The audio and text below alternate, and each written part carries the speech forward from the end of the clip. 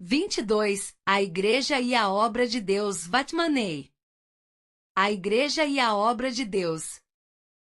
Se realmente entendermos a natureza da obra de Deus, prontamente reconheceremos que a nossa alma verdadeiramente é um grande empecilho para a obra de Deus. É verdade que Deus é muito impedido pela alma do homem. O povo de Deus deve conhecer o propósito supremo da Igreja e também seu interrelacionamento, o poder de Deus e a obra de Deus dentro da sua Igreja, no espírito dos cristãos.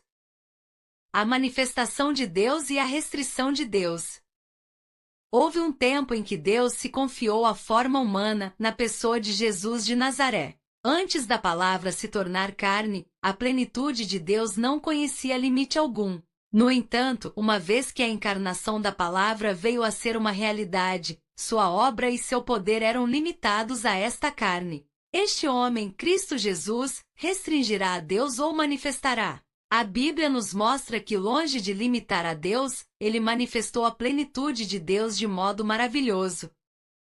Em nossos dias, Deus se confia à Igreja. Seu poder e sua obra estão na Igreja. Assim como nos Evangelhos achamos toda a obra de Deus dada ao Filho, assim hoje Deus confiou à Igreja todas as suas obras, e não agirá a parte dela. Desde o dia do Pentecoste até o tempo presente, a obra de Deus tem sido levada a efeito através da Igreja. Pense na responsabilidade tremenda da Igreja. O ato de Deus em confiar-se à Igreja é como seu ato anterior de confiar-se a um só homem, Cristo, sem reservas nem restrições. A Igreja, porém, pode restringir a obra de Deus ou limitar sua manifestação. Jesus Cristo é o próprio Deus. Seu ser inteiro, de dentro para fora, é revelar a Deus. Suas emoções refletem as emoções de Deus. Seus pensamentos revelam os pensamentos de Deus. Enquanto estava nesta terra, Cristo podia dizer: porque eu desci do céu, não para fazer a minha própria vontade, e sim a vontade daquele que me enviou. O Filho nada pode fazer de si mesmo, senão somente aquilo que vir fazer o Pai. Porque eu não tenho falado por mim mesmo, mas o Pai que me enviou, esse me tem prescrito o que dizer e o que anunciar. João 6 verso 38, 5 verso 19, 12 verso 49. Aqui vemos um homem, Jesus, a quem Deus está confiado. Ele é a palavra que se tornou carne. É Deus que se torna homem. É perfeito. Quando veio o dia em que Deus desejou distribuir sua vida entre os homens, aquele homem podia declarar: se o grão de trigo, caindo na terra, morrer, produz muito fruto. João 12 verso 24. Deste modo, Deus escolheu a Igreja para ser seu vaso hoje, o vaso daquilo que ele fala, para a manifestação do seu poder e da sua operação. O ensino básico dos Evangelhos é a presença de Deus em um homem, ao passo que o das Epístolas é a de Deus na Igreja. Que nossos olhos sejam abertos ao fato glorioso. Deus anteriormente habitava no homem Jesus Cristo, mas agora Deus está na Igreja, nos cristãos, e não em qualquer outra coisa. Quando esta luz raiar sobre nós, ergueremos espontaneamente nossos olhos ao céu, dizendo: ó Deus, quanto nós te impedimos! Em Cristo, o Deus onipotente ainda era onipotente sem sofrer qualquer restrição ou estreitamento. O que Deus espera hoje é que este mesmo poder possa permanecer intacto à medida em que ele reside na Igreja. Ele deve ficar tão livre para manifestar-se na Igreja, o quanto era livre para manifestar-se em Cristo. Qualquer restrição ou incapacidade na Igreja invariavelmente limitará a Deus. Esta é uma coisa muito séria, não a mencionamos levianamente. O empecilho em cada um de nós constitui-se empecilho para Deus. Por que a disciplina do Espírito Santo é tão importante? Por que a divisão entre a alma e o Espírito é tão urgente? É porque Deus precisa ter um caminho através de nós. Que ninguém pense que estamos interessados apenas na experiência espiritual. Nossa solicitude é o caminho de Deus e sua obra. Deus está livre para operar através das nossas vidas? A não ser que sejamos tratados e quebrantados através da disciplina, restringiremos a Deus. Sem o quebrantamento da nossa alma, a Igreja não pode ser um canal para Deus. O quebrantamento. a maneira de Deus operar. Passemos agora a considerar como o quebrantamento da nossa alma afetará nosso modo de ler a Bíblia, nosso modo de ser ministros da sua palavra e nossa pregação do Evangelho. Lendo a Bíblia, está além de dúvida que o que somos determina o proveito que tiramos da Bíblia. Quão frequentemente o homem, na sua soberba, depende da sua mente não renovada e confusa para ler a Bíblia. O fruto é nada senão seu próprio pensamento. Não toca o espírito das Sagradas Escrituras. Se esperamos encontrar o Senhor na sua palavra, nossos pensamentos devem primeiramente ser quebrantados por Deus.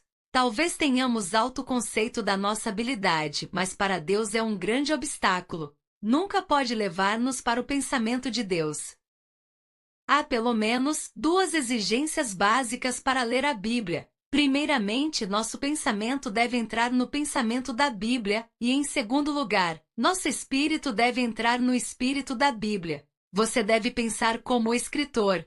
Seja Paulo, Pedro ou João, estava pensando quando escrevia a palavra inspirada pelo Espírito de Deus. Seu pensamento deve começar onde o pensamento da Bíblia começa e desenvolver como o da Bíblia se desenvolve. Você deve ter a capacidade de raciocinar como a Bíblia raciocina e de exortar como a Bíblia exorta. Em outras palavras, seu pensamento deve ser engrenado com o pensamento da Bíblia. Isto permitirá ao Espírito de Deus que lhe dê a revelação exata das Escrituras. Pense numa pessoa que vê a Bíblia com sua mente já fixa. Lê a Bíblia para obter apoio para suas doutrinas preconcebidas. Que tragédia! Uma pessoa experiente, depois de escutar alguém assim falar durante 5 ou 10 minutos, pode discernir se quem fala está usando a Bíblia para suas próprias finalidades, ou se seu pensamento entrou no pensamento da Bíblia. Há uma diferença de âmbitos aqui. Uma pessoa pode levantar-se e dar uma mensagem agradável que parece ser bíblica, mas, na realidade, seu pensamento é contraditório ao pensamento da Bíblia. Ou podemos escutar alguém pregar, cujo pensamento expressa o pensamento da Bíblia e, portanto, é harmonioso e unido com ela. Embora esta condição deva ser a norma, nem todos chegam a ela. Para unir nosso pensamento com o pensamento da Bíblia, é necessário que nossa alma seja quebrantada. Não pense que nossa leitura bíblica é fraca por causa de falta de instrução. O defeito está muito mais em nós, porque nossos pensamentos não foram subjugados por Deus. Ser quebrantado em nossa alma desta maneira é cessar as nossas próprias atividades e o nosso pensamento subjetivo, e paulatinamente começar a tocar a mente do Senhor e seguir a tendência do pensamento da Bíblia. Não é antes de nossa alma ser quebrantada que podemos entrar no pensamento da Palavra de Deus. Só podemos entrar no pensamento da Palavra de Deus após o quebrantamento da nossa alma. Ora, embora isto seja importante, ainda nos falta mencionar o assunto primário. A Bíblia é mais do que palavras, ideias e pensamentos. O aspecto mais destacado da Bíblia é que o Espírito de Deus é liberado através deste livro. Quando o escritor, seja Pedro, João, Mateus ou Marcos, é inspirado pelo Espírito Santo, sua mente renovada segue o pensamento inspirado e seu espírito é liberado juntamente com o Espírito Santo. O mundo não pode entender que há um Espírito na Palavra de Deus e que este Espírito pode ser liberado exatamente como é manifestado no ministério profético. Hoje, se você estiver escutando uma mensagem profética, reconhecerá que está presente algo misterioso, além das palavras e dos pensamentos. Você pode sentir isto claramente e podemos muito bem chamá-lo o Espírito na Palavra de Deus. Não há somente pensamentos na Bíblia, o próprio Espírito se manifesta através dela. Assim, é somente quando nosso espírito pode sair e tocar o Espírito da Bíblia que nós podemos entender o que a Bíblia está dizendo. Ilustrando, pensemos no menino mau que deliberadamente quebra a janela de um vizinho. O vizinho sai e lhe faz fortíssimas censuras. Quando a mãe do menino fica sabendo da travessura, ela também repreende severamente. Mas, de alguma maneira, há uma diferença de espírito entre as duas repreensões. A primeira é mal-humorada, feita com o espírito zangado. A outra expressa o amor, a esperança e o treinamento. Este é apenas um exemplo simples. O Espírito que inspira a composição das Escrituras é o Espírito Eterno, sempre presente na Bíblia. Se nossa alma foi quebrantada, nosso espírito é liberado e pode tocar aquele Espírito que inspira as Escrituras. De outra forma, a Bíblia permanecerá como um livro cheio de letras em nossas mãos, porque a nossa alma não foi quebrantada. 2. O ministério da palavra. Deus deseja que entendamos a sua palavra, pois este é o ponto de partida do serviço espiritual. Está igualmente solícito para colocar sua palavra como mensagem dinâmica em nosso espírito de modo que possamos usá-la para ministrar à igreja. Em Atos 6, verso 4, lemos: "E quanto a nós, nos consagraremos à oração e ao ministério da palavra." Ministério significa servir. Assim, o ministério da palavra significa servir as pessoas com a palavra de Deus. No ministério da palavra, qual é a dificuldade que nos leva a deixar de liberar a palavra dentro de nós? Frequentemente, alguém pode sentir-se muito preocupado com uma palavra que, segundo sente, deve comunicar aos irmãos. Mesmo assim, enquanto se levanta para falar frase após frase, a preocupação interna permanece tão pesada como sempre. Mesmo depois de passar 1 hora, não há senso de alívio e, finalmente, sai carregando o mesmo fardo de uma mensagem que não foi entregue. Por quê? É porque sua alma não foi quebrantada. Ao invés de serem úteis, as faculdades da sua alma tornam-se um obstáculo para o seu espírito.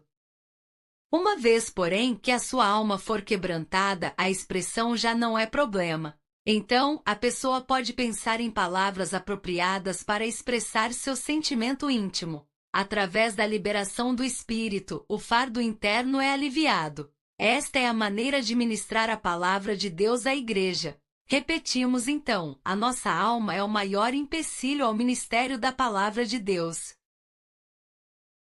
Muitos têm a noção errônea de que são as pessoas habilidosas que melhor podem ser usadas. Como isto é errado! Não importa quão habilidosos nós sejamos, a nossa alma nunca poderá substituir o nosso espírito. Somente depois de nossa alma ter sido quebrantada é que o nosso espírito pode achar pensamento adequado e palavras apropriadas. A casca da nossa alma deve ser esmagada por Deus. Quanto mais é despedaçada, tanto mais a vida no nosso espírito é liberada. Enquanto esta casca de nossa alma permanecer intacta, a mensagem que pesa no nosso espírito não pode ser liberada. Nem a vida e o poder de Deus podem fluir de nós para a igreja. É principalmente através do ministério da palavra de Deus que a vida de Deus e o poder de Deus são fornecidos. A não ser que nós tenhamos nosso espírito liberado, as pessoas podem ouvir nossa voz, mas não podem tocar a vida. Nós podemos ter uma palavra para dar, mas outras pessoas deixam de recebê-la, pois nós não temos meios de expressão. A dificuldade é que a vida que há dentro de nós deixa de fluir. Há uma palavra de Deus atuante por dentro, mas não pode ser manifestada por causa do obstáculo do lado de fora. Há uma palavra de Deus atuante em nosso espírito, mas ela não pode ser manifestada por causa da falta de quebrantamento da nossa alma. Por isso, Deus não tem um livre caminho através de nós. 3. Pregando o Evangelho. Há um conceito geral, falso, de que as pessoas creem no Evangelho porque ou foram mentalmente convictas da exatidão doutrinária, ou emocionalmente comovidas pelo seu apelo. Na realidade, os que correspondem ao Evangelho por qualquer destas duas razões não permanecem nele. O intelecto e a emoção precisam ser alcançados, mas estes sozinhos são insuficientes. A mente pode encontrar-se com a mente e a emoção pode alcançar a emoção, mas a salvação sonda mais profundamente. O Espírito deve tocar o nosso espírito. Somente quando o espírito do pregador floresce e brilha é que os pecadores caem e se rendem a Deus. Este é o espírito apropriado e necessário para a pregação do Evangelho. Certo mineiro grandemente usado por Deus escreveu um livro chamado Sim de Hard Visto e Ouvido, em que relata suas experiências ao pregar o Evangelho. Fomos profundamente comovidos ao ler este livro. Embora fosse um irmão simples, sem alto grau de cultura nem com dons especiais, ofereceu-se inteiramente ao Senhor e foi poderosamente usado por Ele. Uma coisa o caracterizava: era um homem quebrantado, seu espírito era puro. Quando estava numa reunião, ouvindo um pregador, sentiu uma preocupação tão grande pelas almas que pediu ao pregador permissão para falar. Subiu ao púlpito, mas não vinham as palavras. Seu espírito ardia tanto com uma paixão pelas almas que suas lágrimas jorravam. Finalmente conseguiu pronunciar apenas umas poucas sentenças pouco compreensíveis. Mesmo assim, o Espírito Santo encheu aquele local de reunião. As pessoas ficaram convictas dos seus pecados e de suas condições de perdidas. Aqui havia um jovem que era quebrantado. Tinha poucas palavras, mas quando seu espírito fluía, as pessoas eram poderosamente tocadas. Ao ler sua autobiografia, reconhecemos que ele era alguém cujo espírito era totalmente liberto. Era um instrumento para salvar a muitos durante sua vida.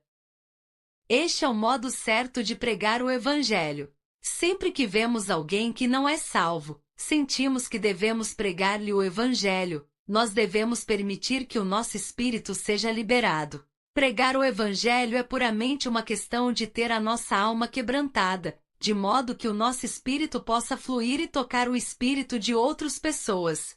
Quando o nosso espírito toca o espírito de outra pessoa, o Espírito de Deus vivifica aquele espírito que está em trevas de modo que aquela pessoa possa ser maravilhosamente salva. Se, porém, nosso espírito estiver amarrado pela nossa alma, Deus não tem via de saída através de nós, e o Evangelho fica bloqueado. É por isso que focalizamos tanta atenção em lidar com a nossa alma. Se nos falta este tratamento, não temos poder para ganhar almas, embora tenhamos todas as doutrinas de cor. A salvação vem quando o nosso espírito toca o espírito de outra pessoa. Então, aquela alma não pode deixar de ser quebrantada e prostrar-se aos pés do Senhor. Oh amados, quando o nosso espírito é verdadeiramente liberado, as almas certamente serão salvas. Uma vez que as pessoas são salvas, Deus não quer que elas esperem para lidar com seus pecados, que esperem mais anos para se consagrarem, e que esperem ainda mais tempo para responderem à chamada de realmente seguirem ao Senhor. Tão logo que as pessoas creem, devem imediatamente voltarem-se dos seus pecados, consagrarem-se totalmente ao Senhor, e romperem o poder das coisas deste mundo. Sua história deve ser como aquelas que são registradas nos Evangelhos e em Atos. Para o Evangelho ter seu efeito mais completo no homem, o Senhor precisa ter um caminho nas vidas dos mensageiros do Evangelho. Nestes anos temos ficado totalmente convictos de que o Senhor está trabalhando para a restauração. O Evangelho da graça e o Evangelho do reino devem ser juntados. Nos Evangelhos, os dois nunca são separados. Somente em anos posteriores é que parece que aqueles que ouviram o Evangelho da graça sabem pouco ou nada do Evangelho do reino. Deste modo, os dois foram separados. Mas já é tempo para eles serem unidos, de modo que as pessoas sejam completamente salvas, deixando tudo e se consagrando totalmente ao Senhor. Curvemos nossa cabeça diante do Senhor e reconheçamos que o Evangelho deve ser completamente pregado, e seus mensageiros totalmente tratados. Para o Evangelho entrar nos homens, devemos permitir que Deus seja manifestado em nós. Assim como a pregação eficaz do Evangelho requer mais poder, assim também os mensageiros do Evangelho devem pagar um preço mais alto. Devemos colocar tudo sobre o altar. Oremos assim: Senhor, coloco o meu tudo sobre o altar. Acha um caminho através de mim a fim de que também a igreja ache um caminho em mim. Eu não gostaria de ser aquele que bloqueia a ti e que bloqueia a igreja. O Senhor Jesus nunca restringiu Deus. Durante quase 2000 anos, Deus tem trabalhado na igreja, visando o dia em que a igreja já não o restringirá. Assim como Cristo manifesta plenamente a Deus, assim também será com a igreja. Passo a passo, Deus está instruindo seus filhos e tratando com eles. Uma vez após outra, sentimos sua mão sobre nós.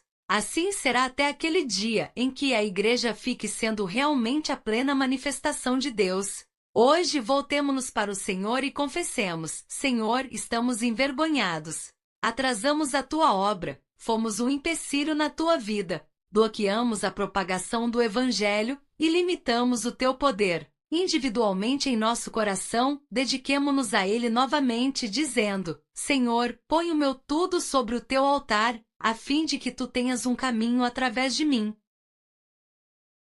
Se esperamos que a eficácia do Evangelho seja plenamente restaurada, a consagração deve ser total. Devemos consagrar-nos a Deus assim como na igreja primitiva. Que Deus tenha uma via de saída através de nós.